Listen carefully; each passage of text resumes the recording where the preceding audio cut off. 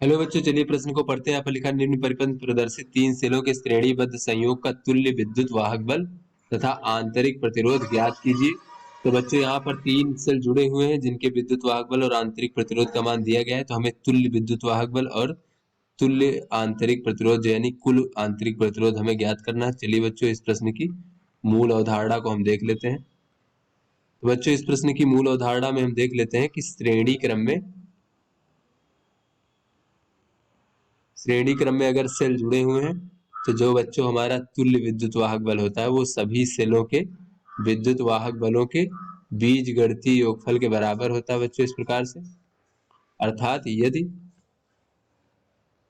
किसी सेल की ध्रुवता उल्टी है बच्चों, विपरीत है, तो बच्चों उसका हम विद्युत वाहक बल ऋणात्मक लेंगे। यदि किसी सेल की ध्रुवता उल्टी है तो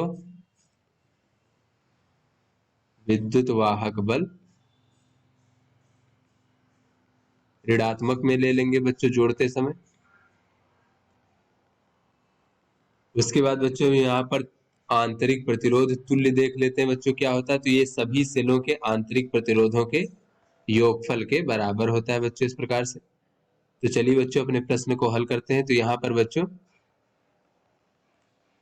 अगर बच्चों हम इसको जो है देखें E1 को, तो E1 को प्लस से माइनस है बच्चों, तो इसको अगर हम ऋणात्मक में ले लें, या फिर बच्चों इस तरीके की ध्रुवता को अगर हम धनात्मक लेंगे तो इसके सापेक्ष बच्चों इसकी ध्रुवता उल्टी है E1 की, तो उसे हम ऋणात्मक में लेंगे बच्चों।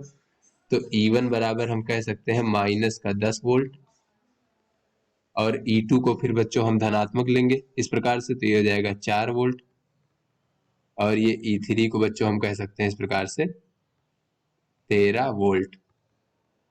तो इसी प्रकार से अगर बच्चों हम E1 को धनात्मक लेते हैं तो ये E2 और E3 को हमें ऋणात्मक लेना पड़ेगा, क्योंकि इनकी ध्रुवता उल्टी है E1 के सापेक्ष। तो इस प्रकार से बच्चों यहाँ पर अगर तुल्य विद्युत वाहक बल देखें बच्चों, तो ये हो जाएगा बच्चों E1 धन E2 धन E3,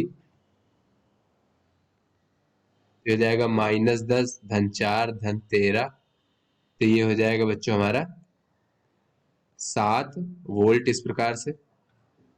उसके बाद बच्चों ये हमारा तुल्य आंतरिक प्रतिरोध देखें बच्चों, तो ये हो जाएगा हमारा R1 धन R2 धन R3, तो हो जाएगा 1 धन 2 धन 1 यानी कि 4 ओम।